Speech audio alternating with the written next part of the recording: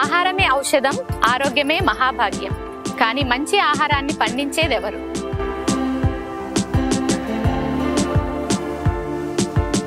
రసాయన వ్యవసాయానికి స్వస్తి పలుకుదాం, సేంద్రియ వ్యవసాయానికి పునాదులు వేద్దాం. సేంద్రియ వ్యవసాయ పద్ధతులు తెలుసుకోవాలనుకుంటున్నారా? రసాయన వ్యవసాయానికి ధీటుగా దిగుబడులు సాధించాలనుకుంటున్నారా? మీకోసం నా యొక్క సేంద్రియ వ్యవసాయ అనుభవాలన్నిటినీ మీ ముందుకు తీసుకొస్తున్నాను. Welcome to Sunandanam natural farms. Hi, hello అండి, అందరికీ నమస్కారం. నేను మీ సునంద.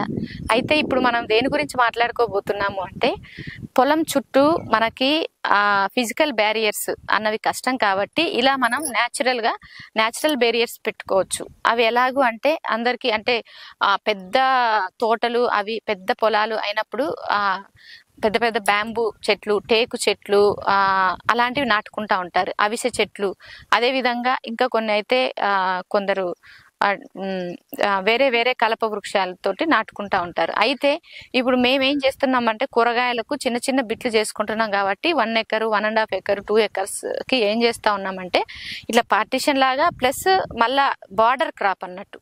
సో బార్డర్ క్రాప్ లాగా మనము ఈ విధంగా మనం ఆముదాల మొక్కలు అన్నది నాటుకోవడం జరిగింది. ఆముదాల మొక్కలు నాటుకోవడం వల్ల ఏంటి ఉపయోగాలు? ఇంత ముందు నేను చిన్నగా ఉన్నప్పుడు అయితే ప్రతి దాంట్లో ఆముదం ఇంటర్ క్రాప్ గా వేసేవాళ్ళు. ఫర్ ఎగ్జాంపుల్ పల్లీలు వేసినప్పుడు ఆముదాలు, కందులు ఇవన్నీ వేసేవాళ్ళు, బొబ్బెర్లు అవన్నీ. అది నాకు గుర్తుకొచ్చి ప్లస్ మళ్ళీ ఏంటి అంటే అందరూ చెప్పడం కూడా ఏంటిది అంటే ఆముదాలకు ఎక్కువ తొందరగా పురుగు అన్నది అట్రాక్ట్ అవుతుంది, పెస్ట్ అన్నది అట్రాక్ట్ అవుతుంది. కాబట్టి మన ప్రధాన పొలంలోకి ప్రధాన పంట మీదకి పురుగు రావాలి అంటే దీన్ని దాటుకొని వచ్చే విధంగా మనం వేసుకోవాలి.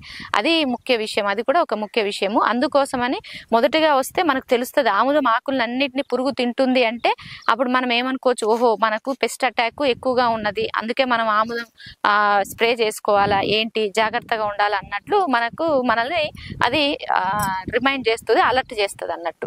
అందుకోసమని కంపల్సరీ వేసుకోవాలి. ఇంకా ఏంటి అంటే చూడండి, ఇవి మేము వేసి దగ్గర ఒక 8 months అయింది. ఎంత బాగా ఎంత పెద్దగా ఇంత పెద్ద వర్షాకాలంలో కానీ ఎక్కడే కానీ ఒక్క పురుగు కూడా దీన్ని తినలేదు. అంటే మనం కూరగాయలకు చేసినప్పుడు ఆ స్ప్రేలు వీటికి చేస్తున్నాం కాబట్టి సో ఒక్క పురుగు కూడా దీనికి అటాక్ చేయలేదు. అటాక్ చేస్తే మొత్తం పురుగులన్నీ ఆకుల కింద ఉండి టపటపటపా తినేస్తాయి. ఆకులు మొత్తం ఒక 5 నిమిషాలు తినేస్తాయి అన్నట్టు. మొత్తం ఆకులు మొత్తం తినేసి ఉట్టి కాండాలే మిగులుతాయి. అంత విపరీతంగా అటాక్ అవుతుంది. మళ్ళీ ఈ ఆముదాలు ఉండడం వల్ల మనకేంటిది ఉపయోగాలు ఇంకా అంటే మనకు వడగాల్పులు, ఎండగాలులు, తర్వాత ఎక్కువ గాలులు వచ్చినప్పుడు ఇవి పెద్ద మొక్కలు అయినప్పుడు వాటికి ఆ గాలుల్ని కూడా ఆపుతాయి. మళ్ళీ తర్వాత ఏంటిదంటే వీటికి వచ్చిన ఆముదాలని మేము యూజ్ చేసుకొని ఆముదం క్యాస్టర్ సీడ్ కెర్నల్ ఎక్స్ట్రాక్ట్ తయారు చేస్తాం అన్నట్టు. అది మళ్ళీ ఆ పిప్పిని ఎరువుగా వేసుకోవచ్చు, ఇన్ని విధాలుగా వాడుకుంటూ ఉంటాం. మళ్ళీ ఈ ఆకుల్ని కూడా ఆముదం ఆకుల్ని కూడా కషాయం లాగా వాడుకోవచ్చు, ఎరువులాగా వాడుకోవచ్చు. ఇన్ని ఉపయోగాలు ఉన్నప్పుడు ఎందుకు వేసుకోకూడదు? ఇది ఫ్రీ ఆఫ్ కాస్ట్, ఉట్టిగానే పండుతుంది, ఇది ఉట్టిగానే పెరుగుతుంది. అంత ఫ్రీ ఆఫ్ కాస్ట్ ఉన్నప్పుడు ఎందుకు వేసుకోకూడదు? అందరూ కంపల్సరీ ఇట్లా వేసుకుంటే చాలా లాభాలు ఉంటాయి. వీటితో పాటు ఇంకా కంది పంట అలాంటివి కూడా వేసుకోవచ్చు. పెద్ద పెద్ద మొక్కలు అయితే అక్కడక్కడ అరటి మొక్కలు అలా. సో బట్ ఇది అన్నది నాకు చాలా బాగా అనిపించిందండి. మీకు 3-4 క్రాపులు అయిపోయేంత వరకు ఇవి ఇంత పెద్ద చెట్లలాగా ఉండి ఇవి మనం కొట్టేయకుండా నీళ్ళు ఇస్తా ఉంటే కంటిన్యూగా అలా కాయలు దింపుతా ఉంటే కాస్తానే ఉంటాయి, పెద్ద పెద్ద మాన్లు లాగా అవుతాయి. సో నాకు తెలిసి మాకైతే ఇవి చాలా బాగా యూజ్ అవుతున్నాయి. ఇక్కడ మీరు చూసినట్లయితే ఈ బార్డర్ మొత్తం ఇట్లా ఎల్ షేపులో మొత్తం ఇలా యూ షేపులో వేసుకోవడం జరిగింది. మీరు చూస్తే అంతటా కూడా మనకు బాగా ఉన్నాయి.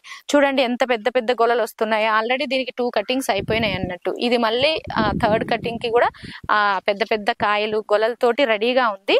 సో మీరు ఇవి వేసుకోవడం వల్ల, ఆముదాలు వేసుకోవడం వల్ల ఇన్ని లాభాలు ఉన్నాయి కాబట్టి సో ఇవి మీకు ఎంతో ఖర్చు తక్కువ. ఆముదం గింజలు ఇలా ఒక్క గింజ నాటితే ఎంత పెద్దది అయిపోతుందో, ఎన్ని గింజలు వస్తాయో. ఖర్చు తక్కువ, మీకు ఉపయోగకరంగా ఉంటుంది. చెట్టు కింద మస్తు ఎండలు ఉన్నప్పుడు చూస్తే ఇప్పుడు క్రికెట్ గ్రౌండ్ లాగా అన్ని పొలాలు మార్చేస్తా ఉన్నారు.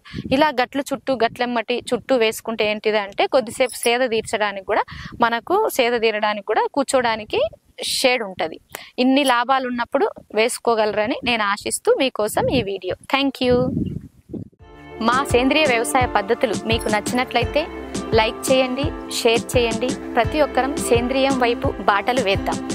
Thank you.